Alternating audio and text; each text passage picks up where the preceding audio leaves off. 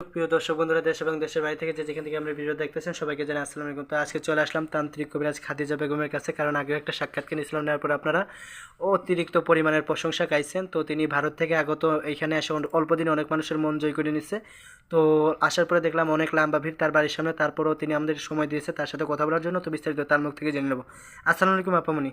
ওয়ালাইকুম সালাম। জি, ভালো আছেন আপামনি? জি আলহামদুলিল্লাহ ভালো আছি। জি, এই যে আপনি নানা ধরনের জিনিসপত্র বেশি আছেন, আপনি কি কোনো কিছু করতেছিলেন নাকি? জি একটু কাজে আছি, ধরেন বাচ্চা কাচ্চা হয় না, এই কাজে আমি আছি। জি, কি কি ধরনের কাজ করে থাকেন?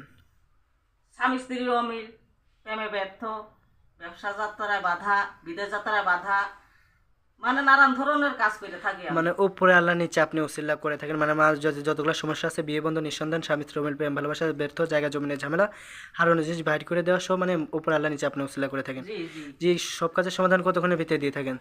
সব কাজের সমাধান ধরেন 72 থেকে 24 ঘন্টার ভিতরে। 24 ঘন্টার ভিতরে দিয়ে থাকেন। তো আপনি কি বংশগত কবিরাজ না নিজের ইচ্ছাগত হয়েছেন? এটা আমার বংশগত কবিতা। তো আপনি যেই কথাগুলো বলছেন, এই কথাগুলো শোনার পর অনেক দর্শক আপনার সাথে যোগাযোগ করতে চাবে। তো দর্শকের উদ্দেশ্যে আপনার মোবাইল নম্বরটা আমি দিয়ে দেবো। দিয়ে দেন। তো আছে এখানে। তো আমার দর্শকের উদ্দেশ্যে সর্বশেষ আপনার কিছু বলার আছে? যে একটাই বলার আছে, যাতে প্রতারণাতে পড়ে না, এটাই যাচাই বাছাই করে তার বাদে যাতে মানে চিকিৎসাটা করা। যে আর কিছু বলার নাই। তো জি, আর দর্শক কিছু বিন্দু, বলার আপামনি যেভাবে বলছো ওইভাবেই করবেন, ইনশাল্লাহ ফলাফল পাবেন। ভালো থাকবেন, সুস্থ থাকবেন। আসসালামু আলাইকুম।